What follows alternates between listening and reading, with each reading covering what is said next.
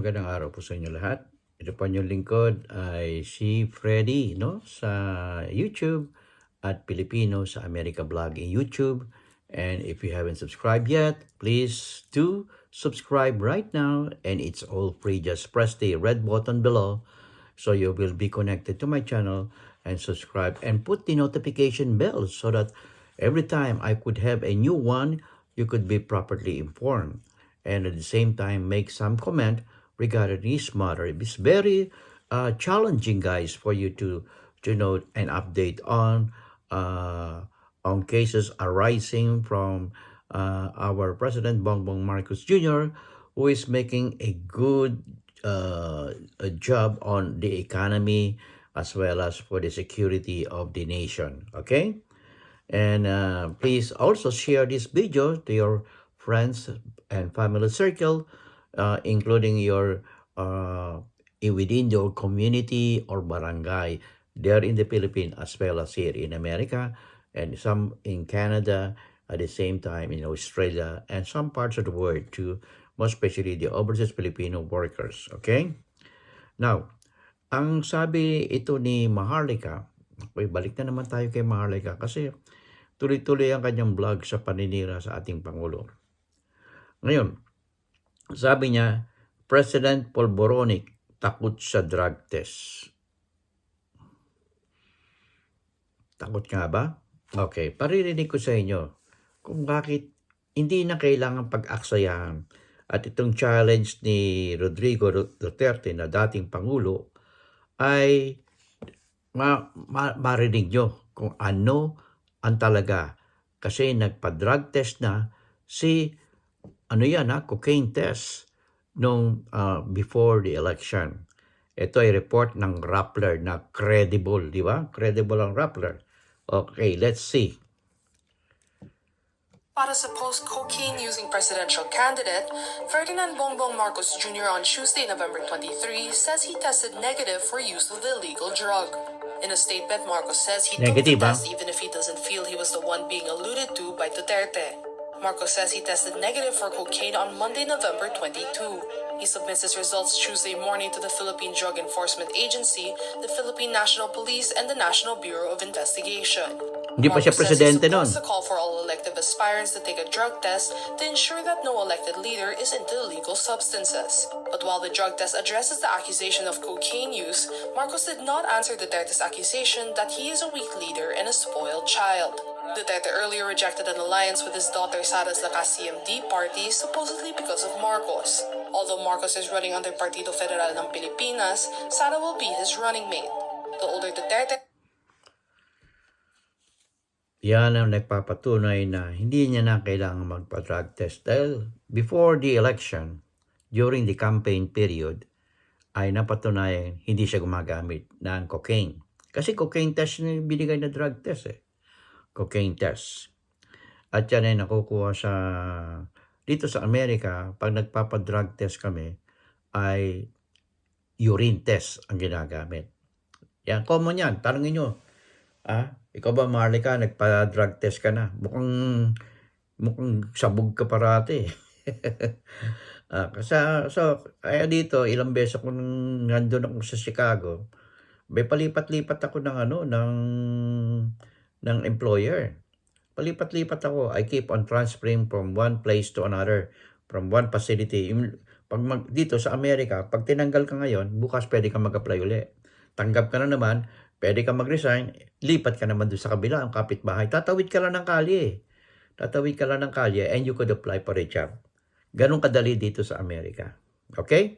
Hindi katulad dyan sa Pilipinas, it takes about months or even years to wait for you to be accepted to a position. Unlike here in America, it's just a matter of hours and you could have a job. Or the government or the state will help you to find a job for you. Ganon katindi rito. Ganon. Okay? Ito naman ang sinabi ni Maharlika. Okay, pakinggan naman natin ito. Sinabi ni Maharlika. Ang batas, mga hitag.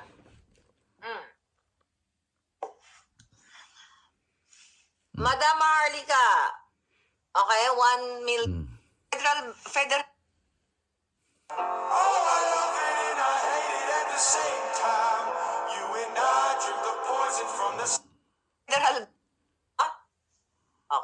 Si Den Scorpion, gising din. Federal bangag. Hindi kayo natutulog. Sa smugs, doon. Tapusin na.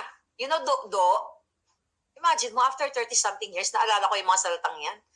Kasi hindi ko naman lagi nagagamit yung mga malalalim na salita. Sino nakabalo sa do?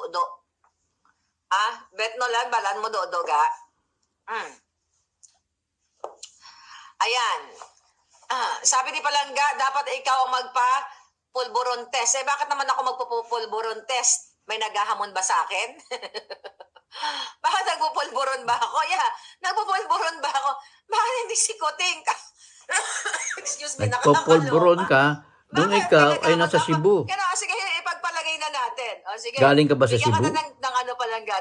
Sige, mag-comment kayo dyan. Meron akong time ngayon magsasagot sa mga kapestehan. Okay?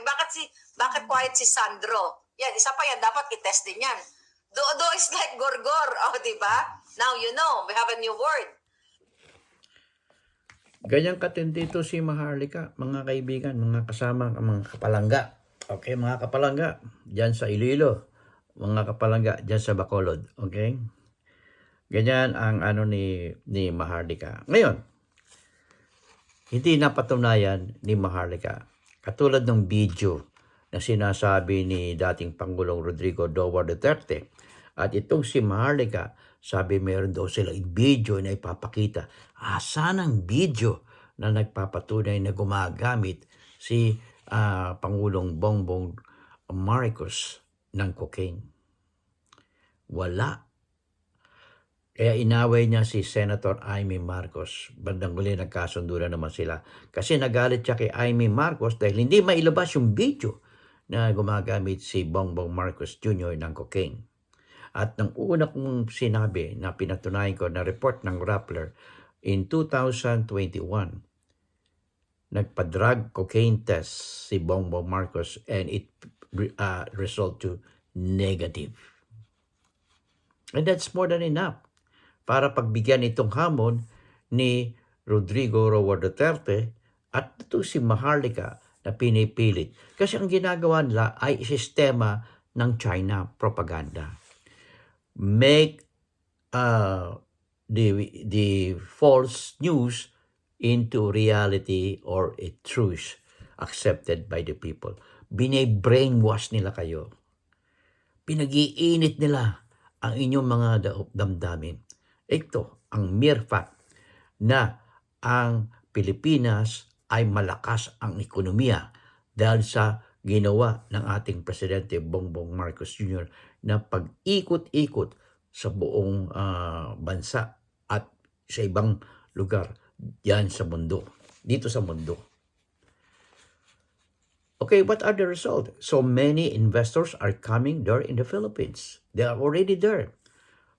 With United States leading and a military might, nandiyan na lahat ang 9 military bases ng Amerika. At nagkaroon ng trade agreement or bilateral agreement ang Pilipinas at ang United States through the effort of President Bongbong Marcos Jr. And that's the reason why the Philippines is now the fastest growing economy in Asia and as well as in the world. Ang ibang bansa like Canada having a problem with financial, United Kingdom now in recession, Japan also the same with United Kingdom.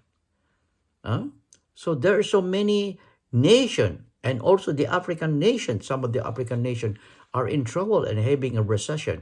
But the United States under the leadership of Joe Biden is so strong economically and so strong in military. The same thing with the Philippines under Bongbong Marcos Jr.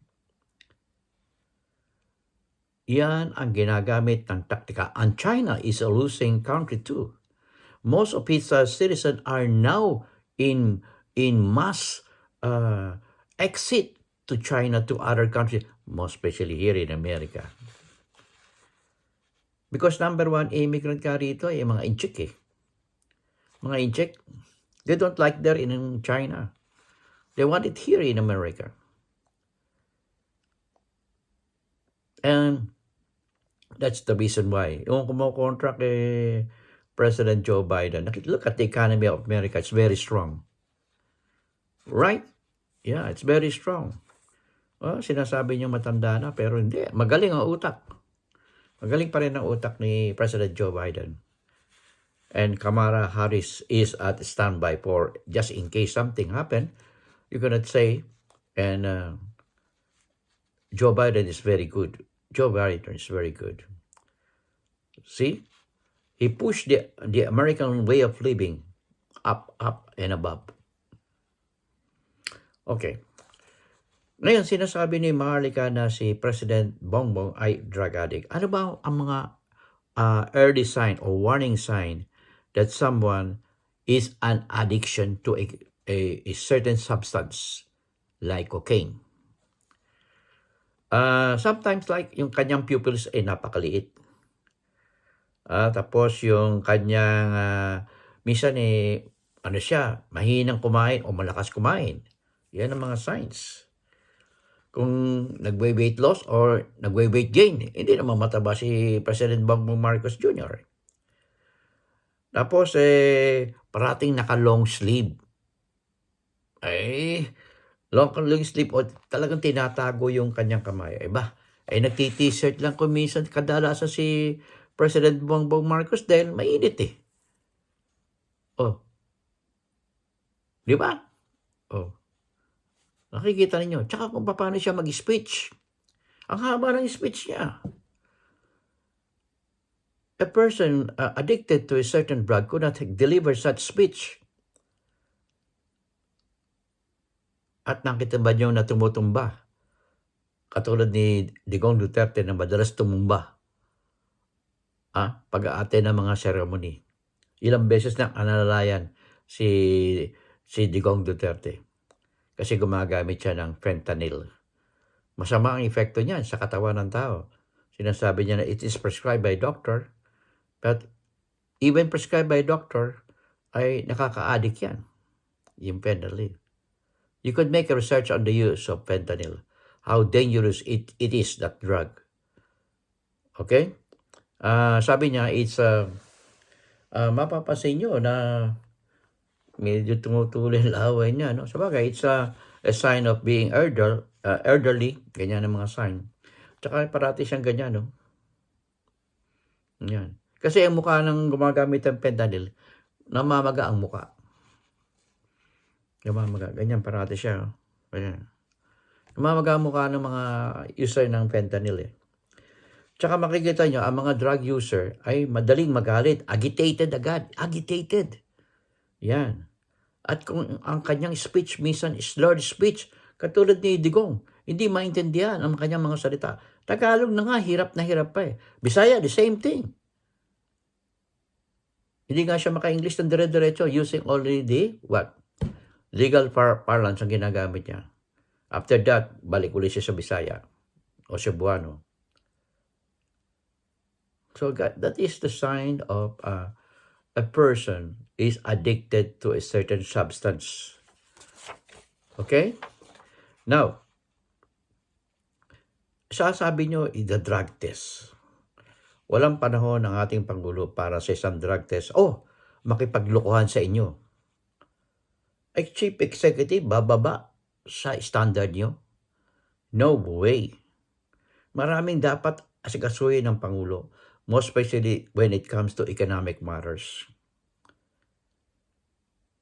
Nakita nyo, minsan ma-attend ng mga socialize. Kasi importante yung socializing. Ang socializing ay importante in order to attract more sales. Kasi nasa sales ang presidente. And that's the reason why ang tourist natin ay dumadami. At ang investors ay nandyan na. And that is the time that we need to amend the Constitution through people's initiative. Kaya nakita nyo, sabi ni COMELEC Chairman, ay dumadami ang nagpupunta at nagpaparegister for people's initiative. Nakita nyo? Okay. Ngayon, sabihin natin, ano ba nagawa ng ating Pangulong Bongbong Marcos Sr. Sinasabi niyong bangag? Wala kayong katibayan na sinasabi niyong bangag at pinipilit nyo, you ask the people to accept the fact that the president is addicted, where in fact it is not. Okay? Now, here's the result of the president's action and accomplishment in the past year. Only 2 years in service and 4 more years to come. The poverty rate of the Philippines is 22.4% or 25.24 million people. Kita nyo? Hindi naman masyado mataas. Okay, but this will be reduced to a certain level as we are going for a middle income country. Right now, we are not. We are really poor country. But right now, we are one of the fastest economy in the world, together with the United States. You see, United Kingdom, Canada, Canada, uh, what else? Japan, China are suffering from financial problem or recession. But the United States and the Philippines remain strong because of their bilateral trade agreement signed by President Joe Biden and by President Bongbong Marcos Jr. Compared to the United States, the poverty rate here in America is only 12.4%. Okay? Kaya yan ho bakit ko pa sinasabi in percentage? Kasi di natin pwede sabihin in volume eh. Kasi percentage is much more better represented compared to volume. Okay? Kasi merong katulad ng Amerika, napakalaki. O, pag percentage, makikita mo diferensya. Kaya makita mo, ang Amerika is 12.4% ang poverty compared to us, 22.4% because maliit ang Pilipinas. Okay? Ayan. So, maraming salamat sa inyong lahat. At sana nabigyan ko ng sagot ang sinasabi ni Maharlika na sana ay makita-kita ulit tayo sa akin susunod at napaganda itong araw na ito. Maraming salamat, Panginoon, sa lahat ng mga biyayang tinanggap ko ngayon at sa inyo rin, sa inyong pakikinig at sa inyong panonood. Maraming po salamat at malaking bagay itong araw na ito. February 19, 2024. Thank you, Lord, for another year. I'll see you in my next vlog. In God we trust, never hold your peace.